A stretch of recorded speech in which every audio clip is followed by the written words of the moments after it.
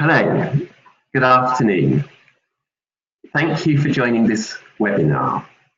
Our names are Jeremy and Sarah Whalen. We are speaking from the UK and the weather today is cloudy but very mild. So we're very happy to be sharing this webcam with you.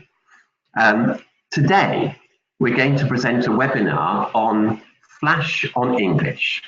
And in this webinar, we're going to concentrate particularly on developing skills using real-world language.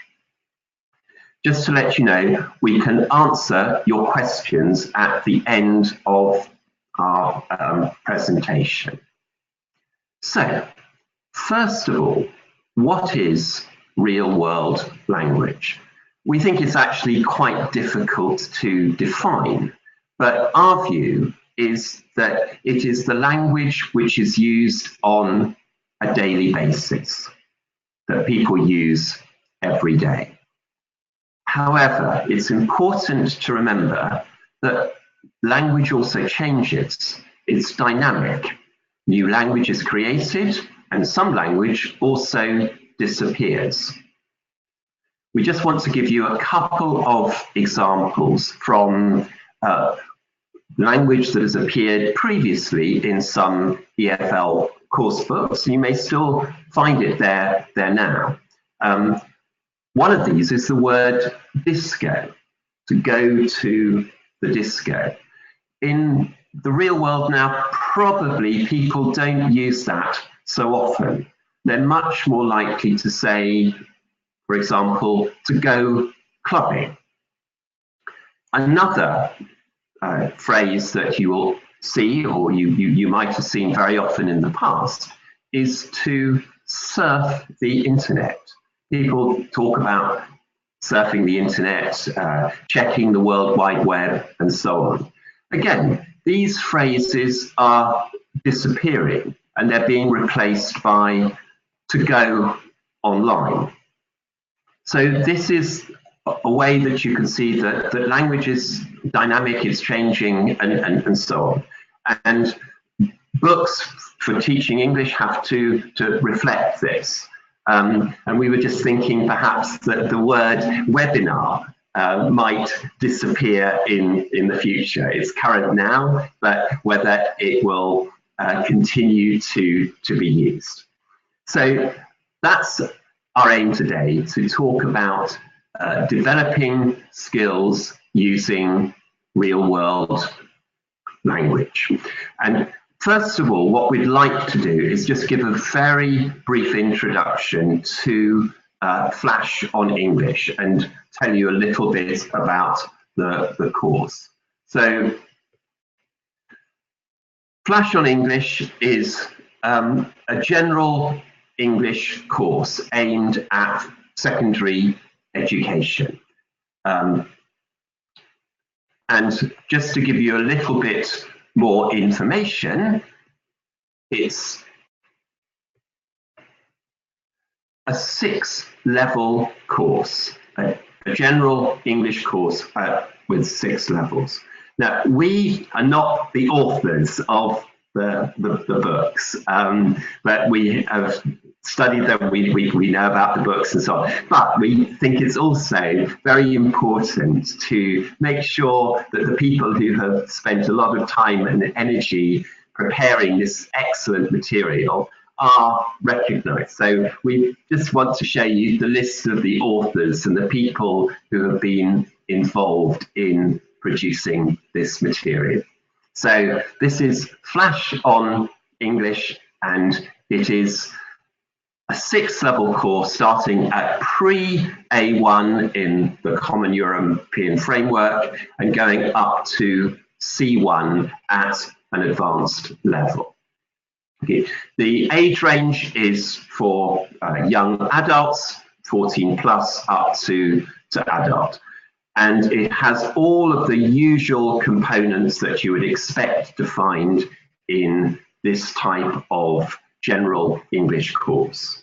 A student's book in full colour, a workbook, a whole range of online resources and a very detailed teacher's resource pack that will help teachers to prepare the material and to teach it effectively. And also during this webinar, we hope to introduce you to some of the techniques that we think are useful to help to develop the skills using this material. So that's just a very brief introduction of the Flash on English. Now we're going to talk a little bit more about some of the distinctive features in the book. Okay, hello. In this webinar, we're going to focus on some of the distinctive features and show how they enable students to improve their English. In each unit, there is a double language input. The first input is a text which introduces the key language in a descriptive and informative way. The texts have various formats, such as an article, an email, or a report. The second input is a dialogue which forms part of a photo story, which continues throughout the book, following the daily life of a group of London teenagers. We'll show examples of these in the next slides. The two types of input focus on useful language in a variety of registers, including formal and informal.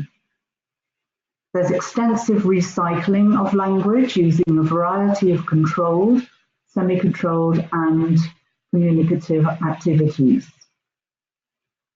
To maintain the interest of faster learners who are possibly revised in language rather than learning it for the first time, there are flash-forward exercises which they can do while the other students are completing other tasks. We're also going to look in detail at skills development through CLIL, Content and Language Integrated Learning, culture and literature. We're now going to look at an example of a written text. This is taken from the elementary level of the course. It's an article about a student from Barcelona who lives in London. She has an unusual job as a living statue. The text is appealing to students of this age group and level as it's easy to follow, they can relate to it, and it's interesting. The controlled and semi-controlled exercises highlight some of the language features within the text, for example, a matching exercise and a completion exercise with prepositions of time. This enables students to talk about their own daily routines. In the freer writing activity, students write about themselves. This provides them with a good opportunity to personalize the task. When students are more interested in the topic, they're less worried about making errors.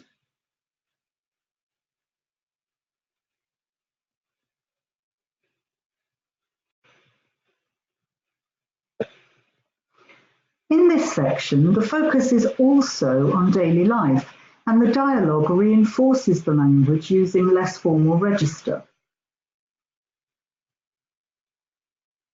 Students are then able to talk and write about their own daily routines and places where they live, using language which is less formal than that used in an article. The dialogue prepares them to describe aspects of their daily life, such as their room, and the vocabulary which enables them to do that. So there we've got the examples of the double language input with the text and the dialogue. Now what we'd like to do is to move on to talk about another feature of Flash, another distinctive feature of Flash. In the final section of each unit, there is some interesting input that helps to develop skills and competencies.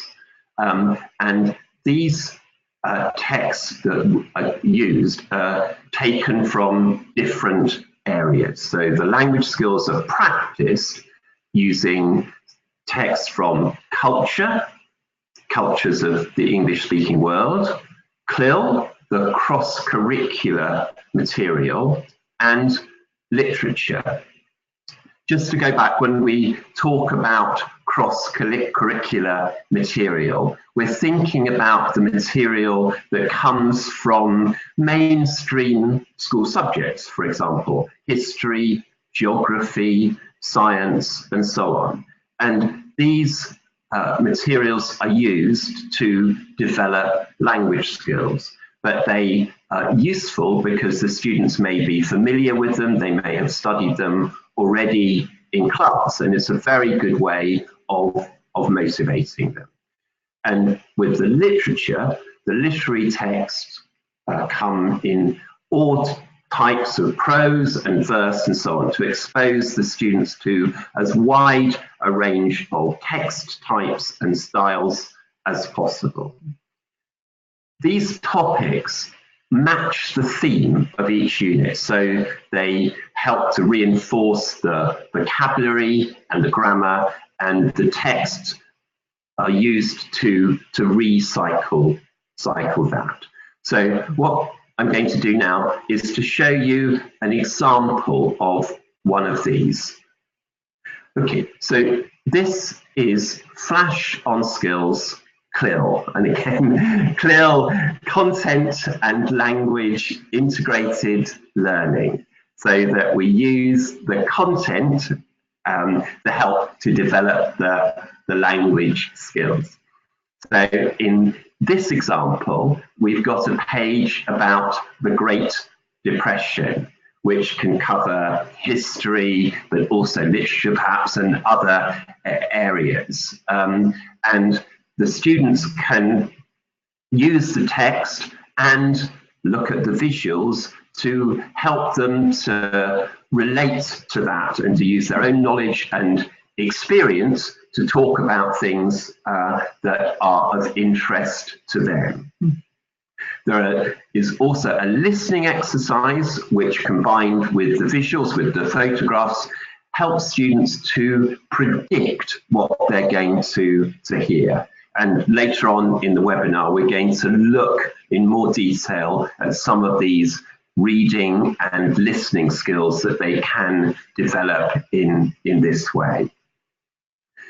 One other area that is very important is the idea of personalization of the tasks. And in this unit, we've got a very good example of this, where the writing task enables the students to use their own ideas, but where they've got the language and so on to help them to do that. So to write something about how to create a better world, how to develop a better world, but using the context of what happened during the Great Depression and so on. So they've actually got a context to help them to do that.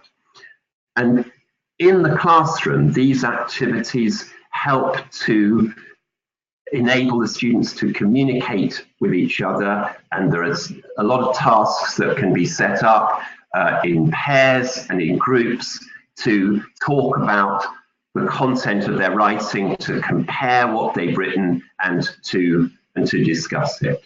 So we've got the interdisciplinary approach to language learning, topics from the real world, and then students can talk and write about this, but always at their level of ability. And again, this is a very important aspect of the course, that the language is always focused on the level of ability of the students. So there we've got Flash on Skills using CLIL. The next slide I'd like to look at is the literature slide, the focus on literature. And here the text comes from the importance of being earnest. This is a very well-known play by Oscar Wilde, the writer Oscar Wilde. But I think it's important to remember that students may not necessarily be familiar with the writings of Oscar Wilde. And so they need to have quite a lot of input in order to help them to appreciate what they're reading in the dialogue and to understand the text. And some of this, it can be quite challenging for students. So, for example, we've got the importance of being earnest.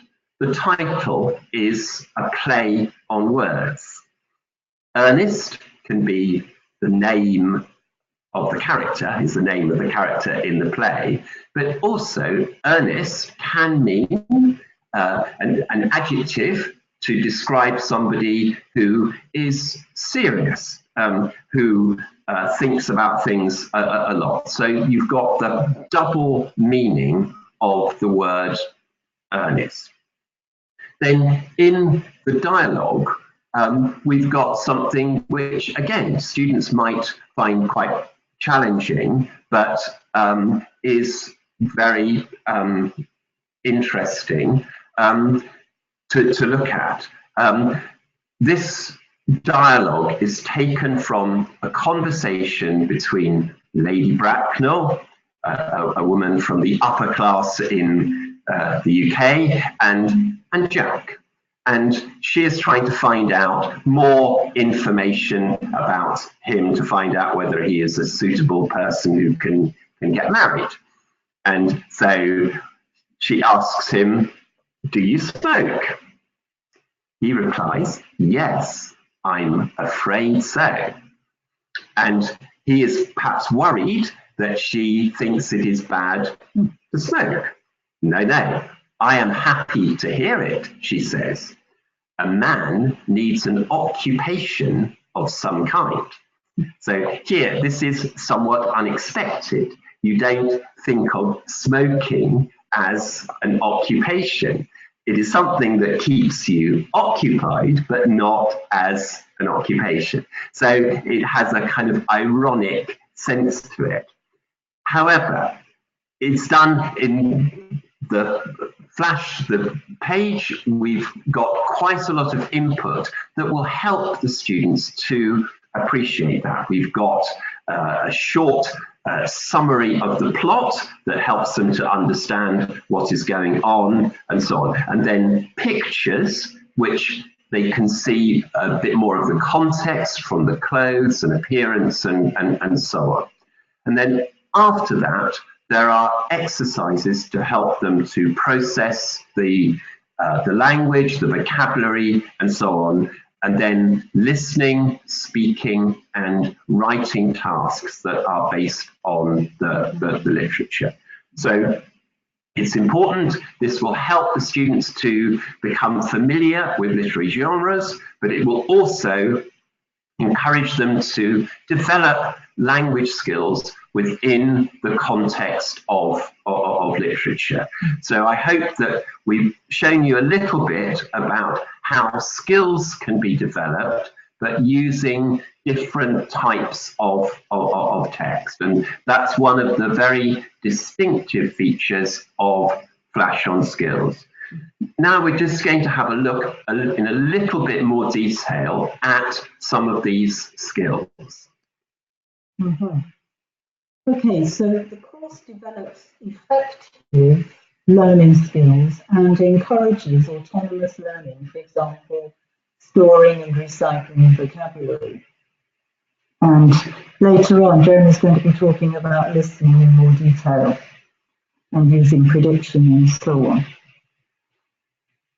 Students are encouraged, I think, to record word families, mind maps, contrasts and opposites, and vocabulary which has a particular feature or difficulty, such as false friends, cognates, confusing spelling, and words with similar meanings, for example, decrease, decline, and reduce.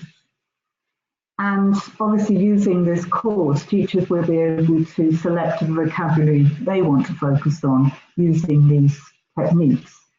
It also gives teachers the opportunity to help students focus on pronunciation and learn how to apply word stress themselves, and to make sure that they do that as part of learning new language. So, for example, rather than storing words in isolation or just making a list with a translation without anything to say exactly how the word is used, they can, go into a word family, learn how to build the family by looking at the person, the noun, the verb, and so on.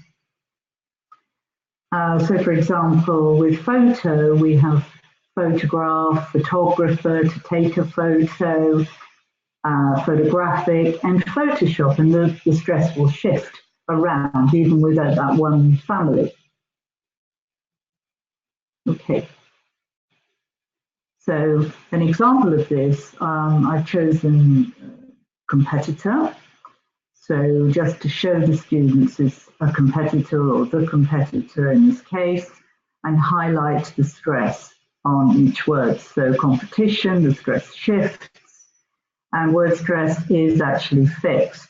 So it's quite useful for students to learn the stress as they learn the word, to compete against someone or with someone, competitive and competitively. And it's a good idea to teach students to do this also by creating their own sentences to see how the words work within a context.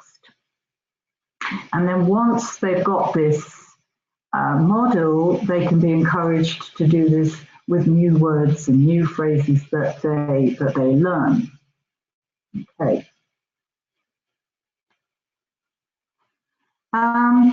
Collocations, I mean, teachers choose to help their students to learn new vocabulary in a variety of ways. So here we have word partners, sunny weather and weather forecast. So yeah, it can work in two ways there. And sometimes words can be a little more difficult to teach, particularly with lower levels. So for example, the word cool or warm perhaps can be made clearer by putting it into a scale of degrees. So going from cold to hot, which is probably learned more early on, students can see the difference and the contrast between these words. So cold, cool, warm, and hot, for example. And the same can be done with, for example, adverbs of frequency. So never, rarely, occasionally, sometimes, usually, and always, for example. Mind maps are useful. These are very easy to personalise. We've chosen London. So cafes in London, students who've been there can maybe write their own ideas there. Museums, this can be continued with perhaps British Museum. Theatres, the Globe, we've chosen that example, and galleries, for example, the Tate Modern. And what they can do is to continue by adding their own, perhaps, adjectives to these places. So the Tate Modern, interesting, and so on, the Globe, whatever they want to say about different places. And of course, they can personalise this by choosing their own city or town. And it's a very nice way of describing places and also using as a basis for a presentation. So if students are a little nervous about giving a presentation, mind map is a nice way of focus for the audience. Okay, so reading and listening, the text can be introduced using prediction. For example, if we give students these pictures to look at, and they may guess immediately this is London. What do you already know about this subject? We've chosen this just as an example, could be anything. What would you like to know about it, rather than just giving comprehension questions? Which nouns or verbs or adjectives do you think you're going to read or hear in the listening? So this text on London that we're going to show in the next slide is an excellent example of material to improve all skills.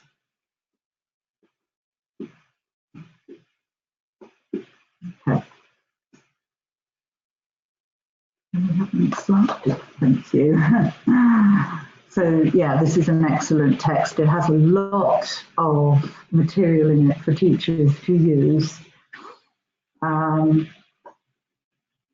Again, facts and figures about London.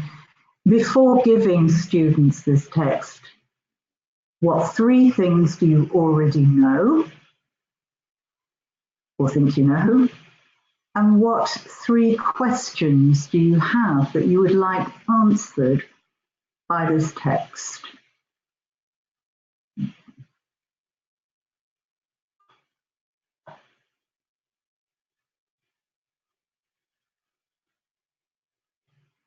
Also, I think it's a good idea for teachers to try and encourage their students to predict what type of text they're going to read about. So, for example, do you think this text is informative? Is it going to give you information? Is it entertaining? Is it fact or is it fiction? And then, once we've looked at the visuals and the title, get your students perhaps to work in pairs and ask them to predict which vocabulary they might be going to read. Ask them to think of maybe 3 nouns, 3 verbs, adjectives, whatever is appropriate for them. So in this case, they can predict the facts or figures they think they're going to read. Choose some of the words that they have come up with and write them on the board. Ask them to look at the word stress. Again, we can maybe build a word family using some of the vocabulary within the text. Okay, this is a noun. What do you think the verb is? Where is the stress? Okay, and they can start by making some word families and familiarize themselves with the type of language they're going to read. So there's a lot that we can do with a text like this before we actually read it. Okay, so another activity which helps predict the subject of the text is to show students the 8 words, show students 8 words, maybe on a card or on a slide, taken from the text. Now, I would choose words which are familiar already and maybe one which is possibly new. So what they're doing is seeing some new vocabulary within the subject area. So there is an idea, they're given an idea of what this new word is. Okay, so for example, from the text we could choose number 10 or sports or Olympic Games, something like that, which is honing in on London. Okay, next slide. Thank you. Yeah, so show students the picture. Where is this? What types of transport can you see?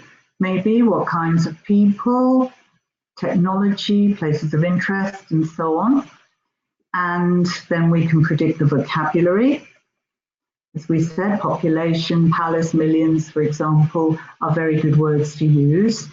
And then, as I say, you can show them the words before they read the text, give them a second per word to look rather than write anything down. Then as soon as you finish showing them the words, say, okay, write them down, write the words that you remember. They can then write them down, compare them with their partners. Sometimes people have words that weren't on the slide at all. And then, okay, now we've got these words, what do we think we're going to be reading about? Okay, so what we can do then is they've got their questions that they want answered, the points that they already know, in these words. And what they can do then is to read through the text quite quickly. So scanning the text to look for the answers for their questions, to look for confirmation of what they already know, and to look for the words that they have remembered from your slide to see how they're actually used in the text. Okay. Okay, thank you. So I've got a slide just to show what I've just been talking about, basically. So this is what the procedure is. Okay, so 8 words, it doesn't have to be 8, 8 works quite well. Okay, hide the words, prediction, show your selection of words, and also ask students what other vocabulary is in the same lexical set, which is what we've done already when we've looked at word families. And then they can write their questions and so on, give them time to scan and compare their findings and see if students have had the same questions or different questions. They can then report their questions and answers to each other. Okay. Thank you. So Sarah's just been talking about some activities that you can do perhaps before reading and while reading and so on. I'm going to now focus on some listening activities, and we pointed out that one of the skills that students need to acquire is listening for gist. Okay, so what actually is listening for gist? We think it means to understand general information from what you hear, but without getting every detail or knowing all of the vocabulary. And I think this is important. It's an important skill for students to acquire. Now, students often get very anxious about listening activities. So we need to help them as much as possible to overcome this difficulty. So there are certain techniques that we can use in teaching to help them to listen for gist. And in this case, we're just going to focus on listening for gist in a conversation. Before the students listen to the actual text, the conversation, they need to have some pre-listening tasks that will help them to get into the listening process so that they don't feel that it's going to be a difficult task for them to do. We need to set the scene, to show them what the listening is going to be about, and to help them to think about where the conversation is taking place, who the speakers are, and so on. One way of doing this is to use visuals such as pictures. Another way, for example, is to show vocabulary items that the speakers use in the conversation and ask students to think about how the words are connected. So I've just chosen some possible examples of vocabulary that could be introduced as a pre-listening task. And for example, sounds. You could have sounds, knock, clank, rattle, and introduce them through actually hearing those sounds. But when the students listen to the sounds, they're thinking, what is the connection between those words and those sounds? And then we've got feelings, adjectives to describe feelings: afraid, nervous, curious. So all of those will create an image, will help the students to think about what they're going to listen to. And then other descriptive adjectives: mysterious, spooky, haunted, and so on. And then After that, there may be, for example, a listening task about a haunted house or about Dracula, if it's taken from literature. But the pre-listening task sets the scene, enables the students to feel more comfortable before they start their listening activity. So here we're listening for gist. We want to get the message across to the students that they don't have to understand every detail. They don't have to know all the vocabulary, but they can listen to it and still get a lot out of what they hear.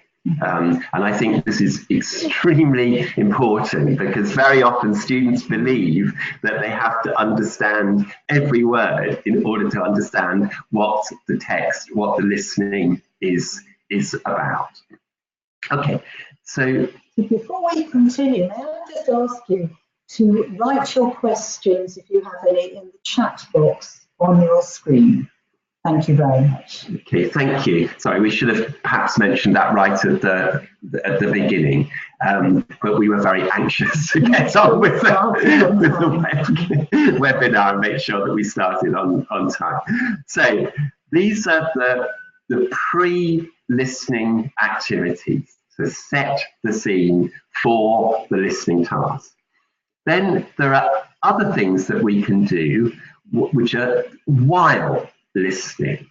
So again, the idea of these is to help the students to feel that they don't need to understand every word and so on, but they can use what they're listening to help them to have an understanding of what is actually in the listening. So, for example, these are not everything that you can do. These are just some ideas that you could think about to identify how many speakers there are. That seems kind of quite a simple thing to do, but actually it's not. It can be quite challenging, but they can identify that by the different way the speakers use language, their accent, and so on. And then to think about the relationship between the people who are speaking. Then to think about where they're speaking. Is it a house, a station, hotel, shop, whatever? Because if they can identify the location, it will then help them to understand a lot more about what the conversation is about. And then an area that we feel is very important is intonation, the way that people speak. And this will help to identify different feelings and identify changes to how the speakers are feeling.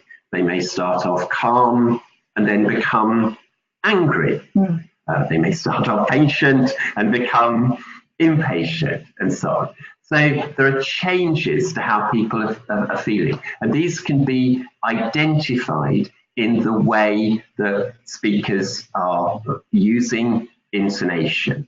And if we can train our students to appreciate changes in intonation, it really helps with their listening and their ability to understand what is being said.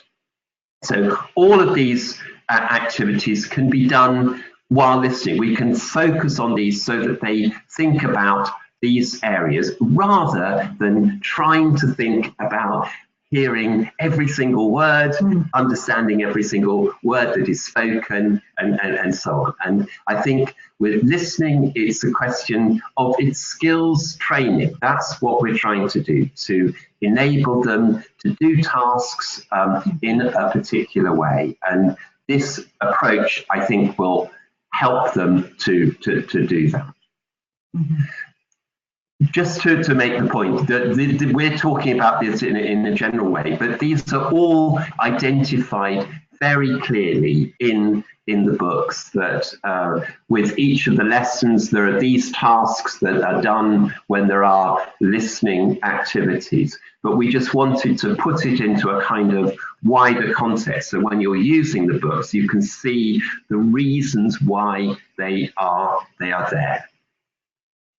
Okay, and then some of the things for post-listening activities. So after they have finished the listening activity, one thing that you can do, which can be helpful perhaps, is to identify any problems the students had while they were listening. And they may have found that some of the vocabulary was difficult to follow, which might have been important for them. And this may be because it was a low frequency word. It might have been a word that is more of a slang word, and so on. Structures as well, that some of the structures they may have had difficulty with. They know it when they read it, but may have had more difficulty when they were listening to it. And then the other area, this kind of cultural information, the assumptions that sometimes we make about our students' knowledge about culture. Very often they don't know some things that perhaps we expect them to know, and this is an area that also needs to be identified. And in doing this, it helps when you do another listening task to perhaps change the approach and so on. So that's just one thing that can be done for a post-listening activity.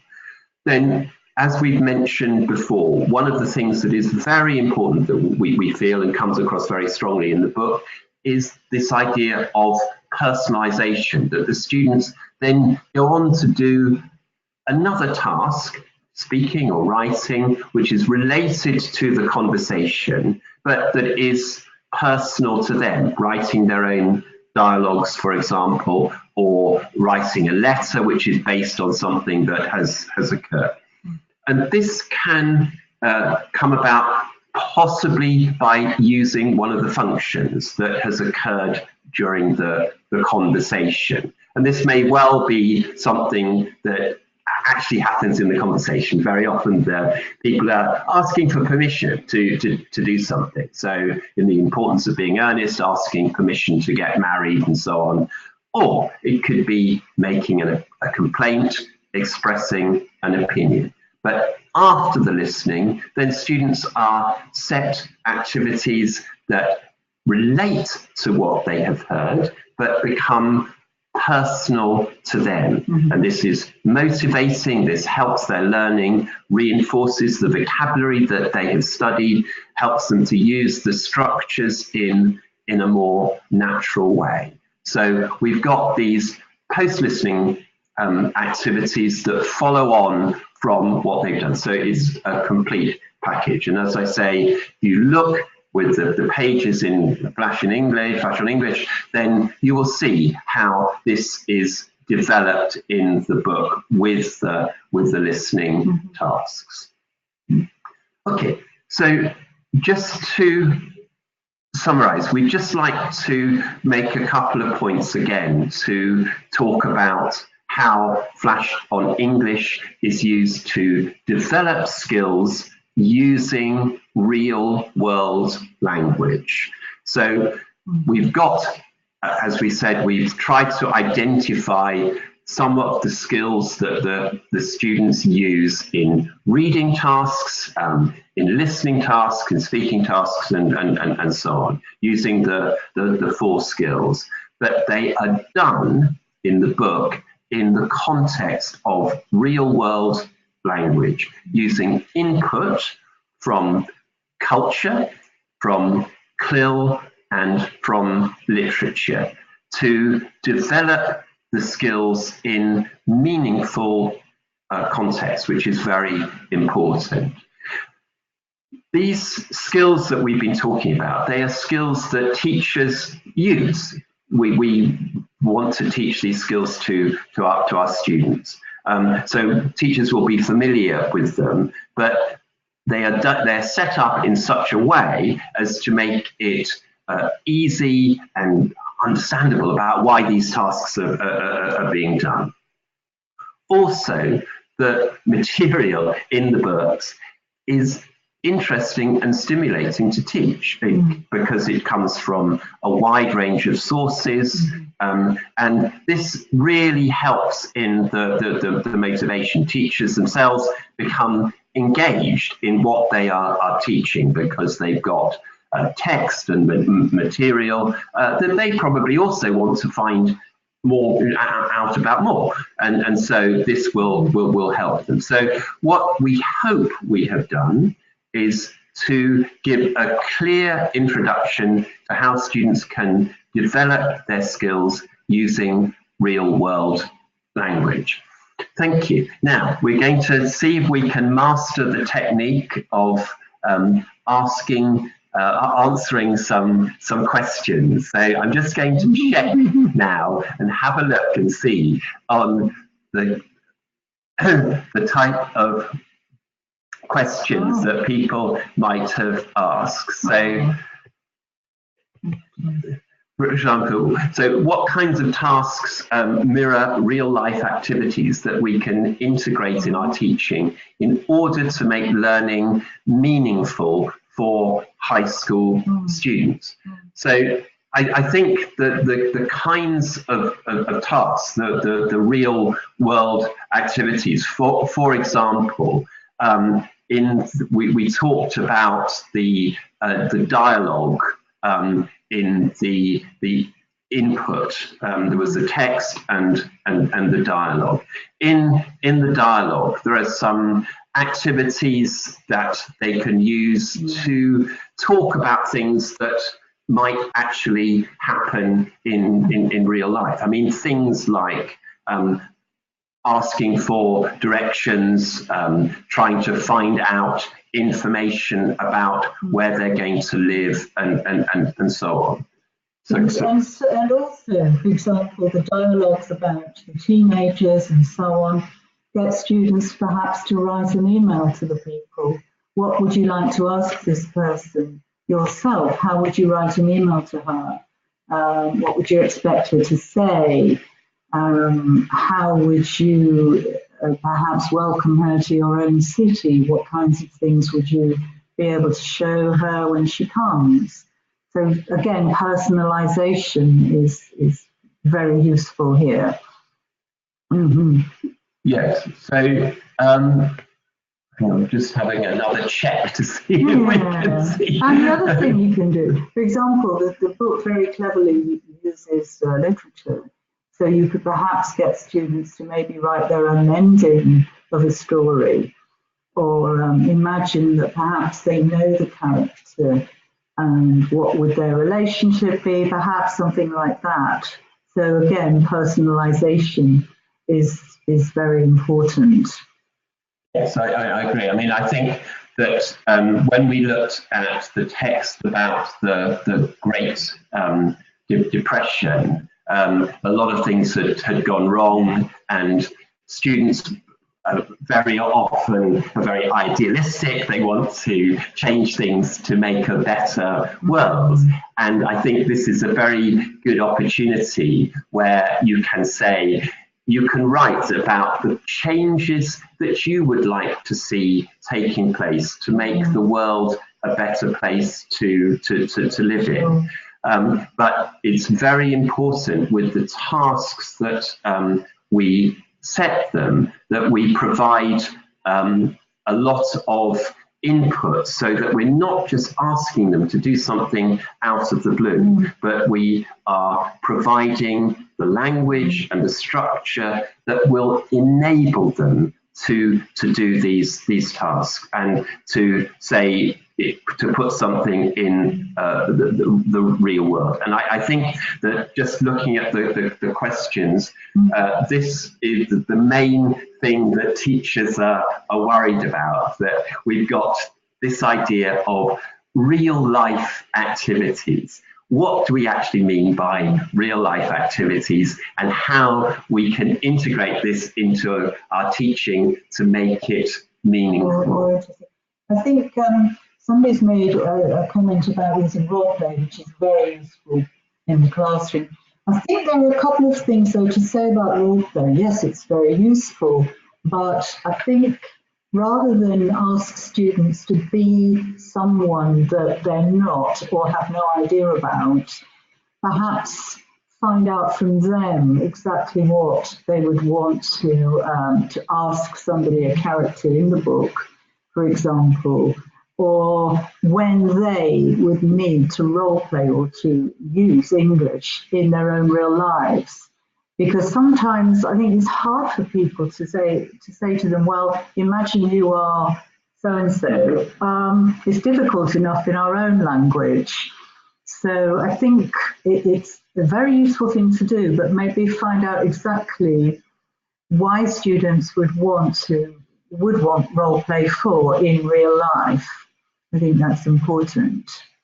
Yes, I mean, I think that's absolutely true. Sometimes that students can feel not uncomfortable, but they might find it difficult to be put into a situation or be asked to play a character that they don't feel so familiar with.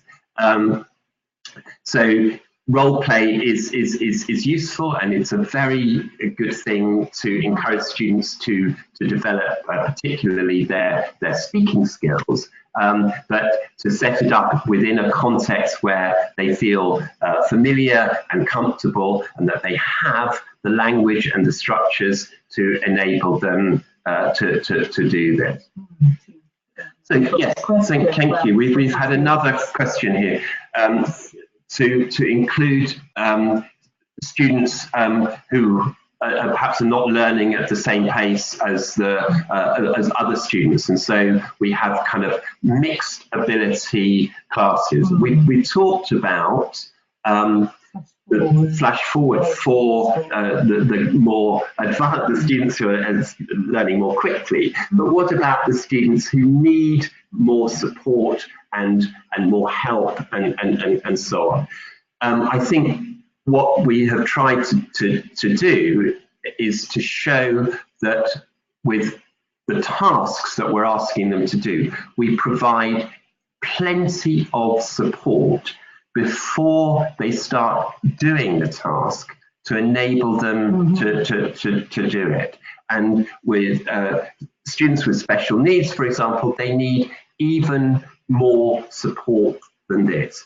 But I think that with the sort of activities that we're suggesting with some of the group activities, the pair work activities, it is possible for students who are learning at different paces to work in the same class on the same topic, but at a different pace. But the important thing is that the techniques are the same, but that we, with special needs students, we provide them with even more support.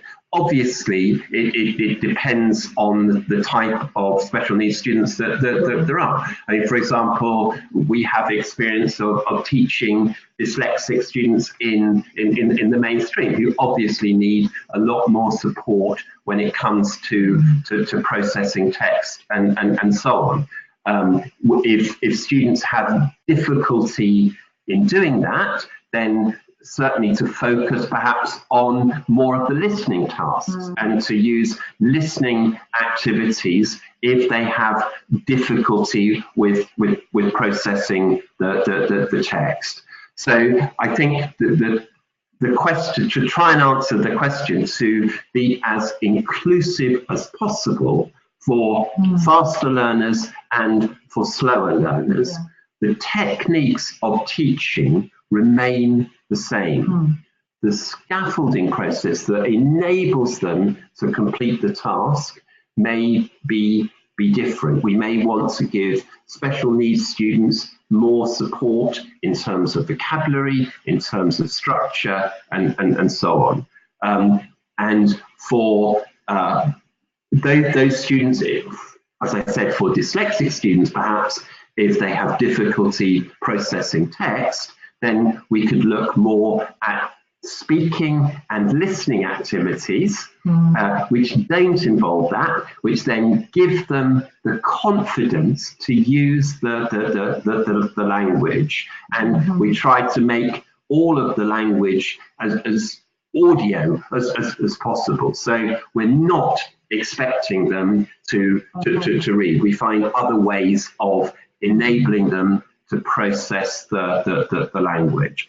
But at the same time, if you have faster learners, we have other activities that can be done if they have completed the tasks to go on to do something at a higher level.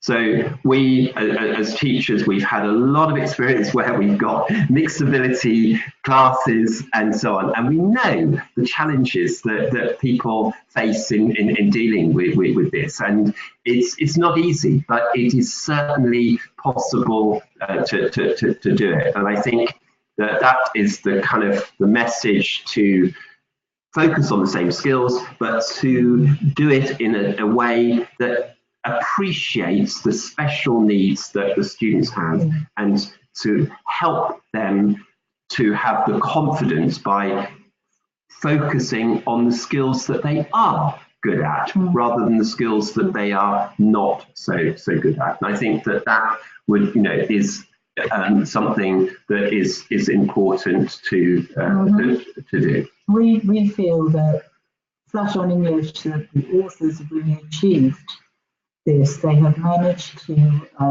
produce material which actually covers the needs of many abilities in one level. No, but by providing activities which students can work on at a slower pace and at a faster pace, it's difficult to do, but they've done it. They've done a really, really good job in this book, in this course. So we're very privileged to be presenting it to you. Yes. So, I mean, just to the final recap, so thank you very much indeed to everybody for listening. We hope that we have introduced some of the ideas in the book, but also to look also at the skills and so on. And just to come back to this whole idea of real world language, that it seems like a buzzword. If a buzzword is real world language, but something that the students will feel is motivating for them, because they are using the language that occurs, as we said, on a daily basis, and we think that is very important. But with the proviso that language can change, and so on. Yeah, I mean, we've just had a couple of other questions with using news. Of course, I mean, the advantage of using news is that it is current, and if it's the question of using news about sports, and students are usually very interested in sports and they want to know more about it, and so they will be interested and so on. Again, with news, it's very important to make sure that it is at the level of the student's ability, and that when the task is set up using a news broadcast, that it is done in a way that will help the students to process the language.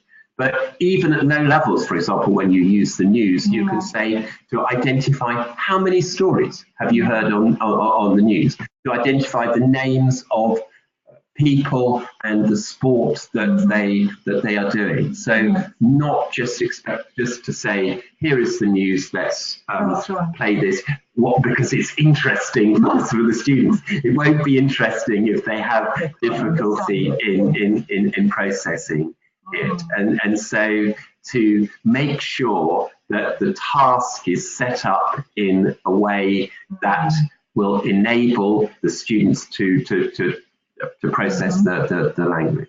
So yes, real world language is very motivating, but at the same time, it can be demanding because of the level of vocabulary and so on. So we don't want to put our students off. We want to give them plenty of opportunity to feel that they're using real world language and that they can develop the skills from that using real world language. Yes.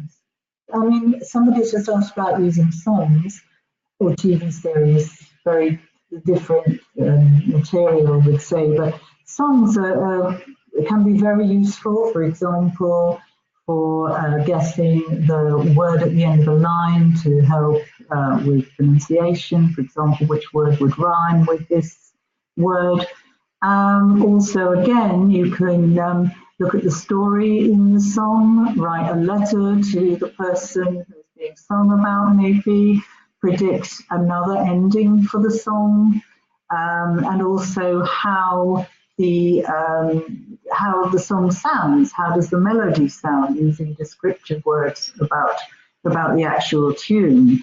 TV series also, that is a huge area that maybe we don't have time to go into now, but certainly there are things you can do with TV series that perhaps you would do with other listening tasks and so on. Video is also a very useful teaching aid.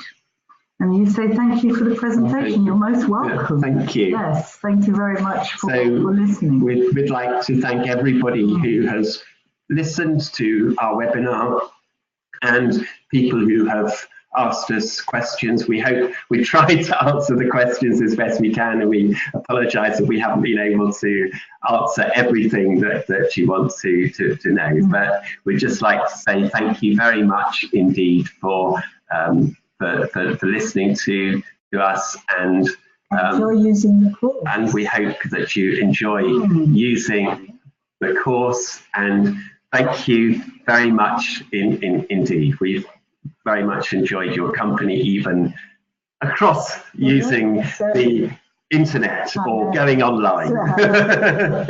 So, thank you. Thank you.